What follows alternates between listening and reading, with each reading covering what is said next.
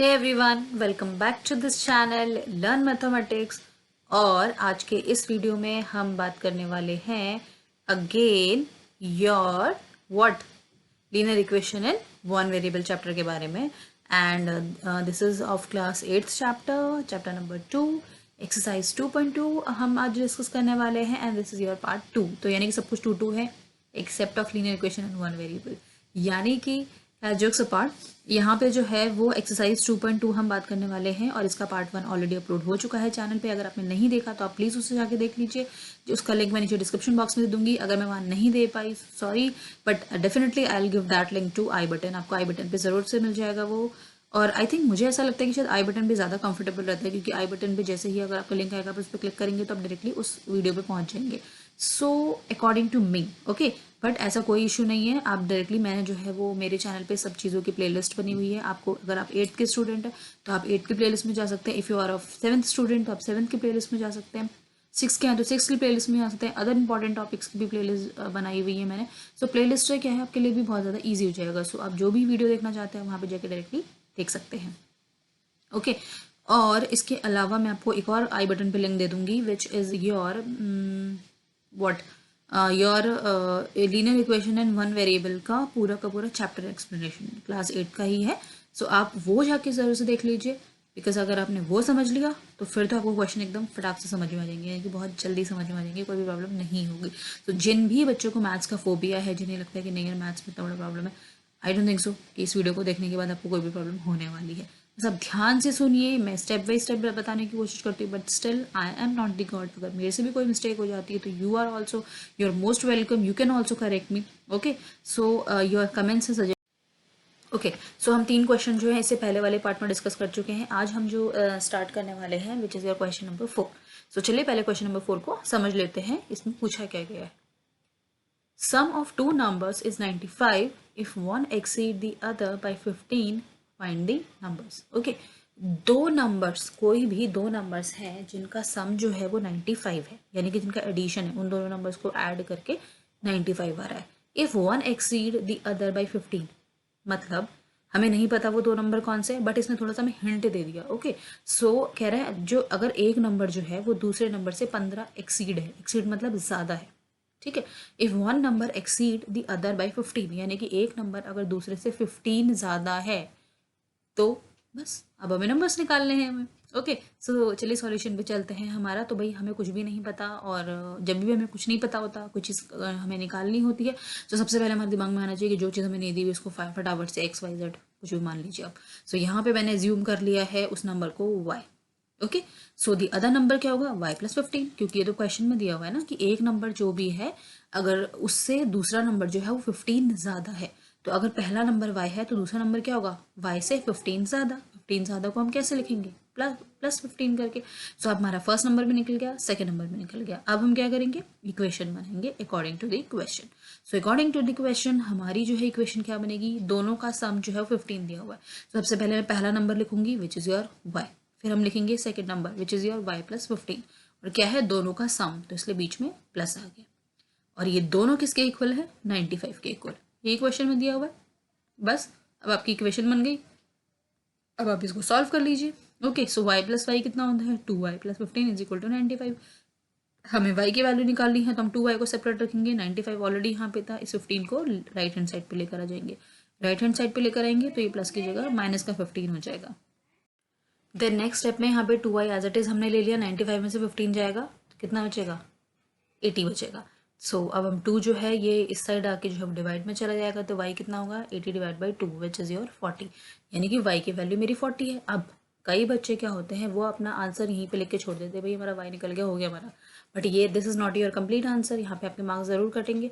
आपको क्या करना है, दोनों नंबर्स निकालने हैं। ध्यान से सुनिए, find the numbers, find the number नहीं बोला है, find the numbers. Okay, so question को ध्यान से पढ़ना भी उतना ही ज़रूरी है जितना कि आपको सॉल्यूशन आना, ठीक है। सो अभी मेरी सिर्फ y की वैल्यू निकली है, यानी कि एक नंबर तो मेरा y था, तो एक नंबर तो मेरा 40 हो गया, ठीक है। सो सेकेंड नंबर क्या होगा, y प्लस 15। y प्लस 15 यानी कि y में मैं 15 और ऐड कर दूंगी, तो y मेरा 40 था, इसमें हम प्लस 15 ऐड कर देंगे, तो हमारा कितना बन जाएगा, ये 55, ठीक है। So first number is your 40 and second number is your 55। अब एक चीज़ और मैं आपको बहुत इंपॉर्टेंट बता देती हूँ, अगर आपको डाउट होता है कि भाई मेरा आंसर सही आया कि नहीं है, तो इस वाले केस में तो आप बिल्कुल चेक भी कर सकते हैं। इनफैक्ट इस क्या I think most of the question में आप चेक भी कर सकते हैं कि आपका आंसर सही आ रहा है कि नहीं आ रहा। ठीक है, कैसे?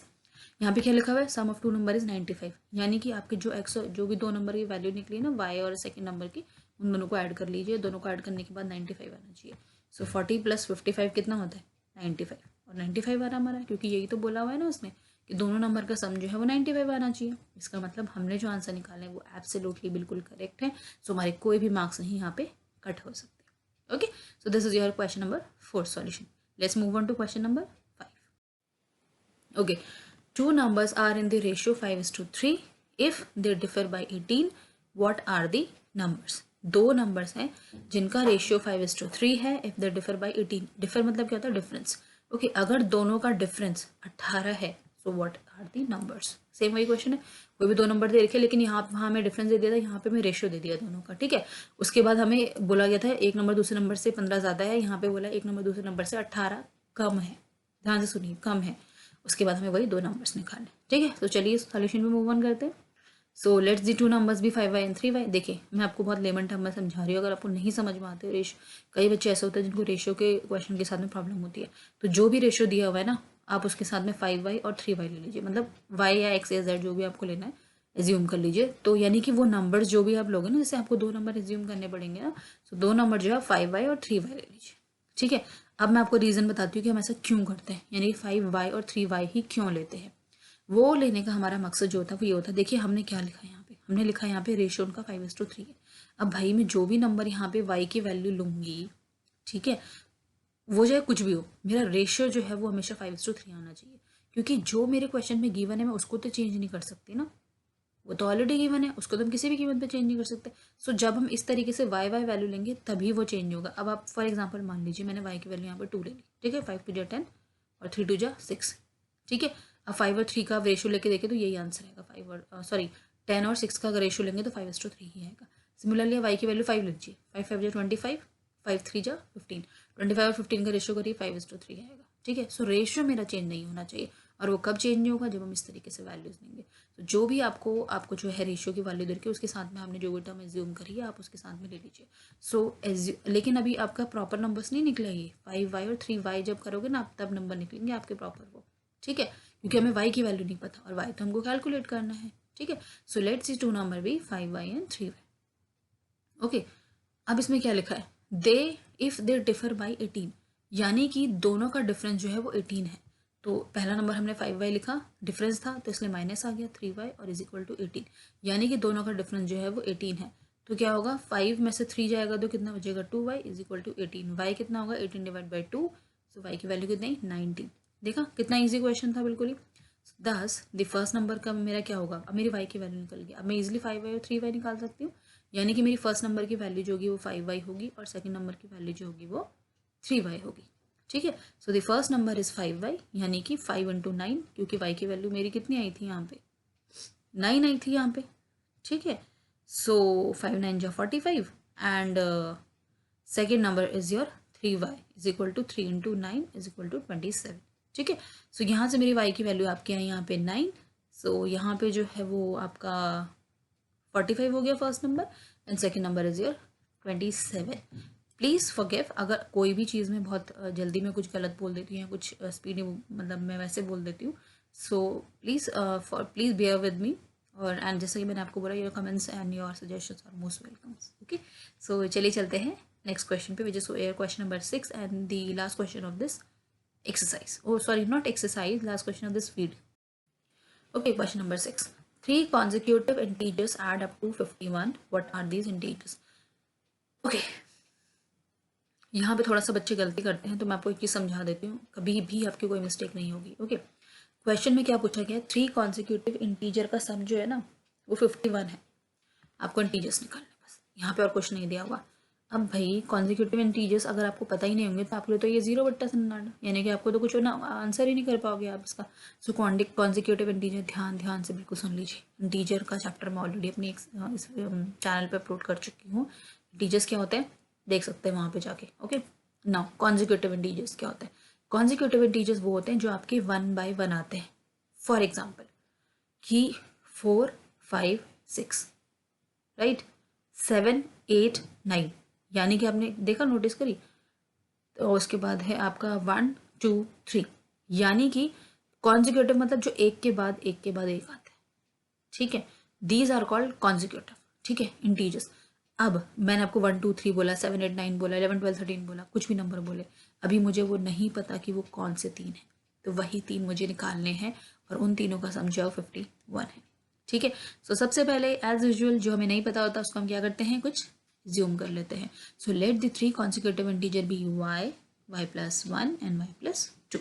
ये क्यों लिया हमने, ओके, देखिए पहला नंबर तो डेफिनेटली y होगा, दूसरा नंबर हमने y+1 क्यों लिया, क्योंकि मैंने अभी आपको क्या बोला कि कॉन्सिक्यूटिव इंटीजर क्या होता है, एक के बाद एक होते हैं।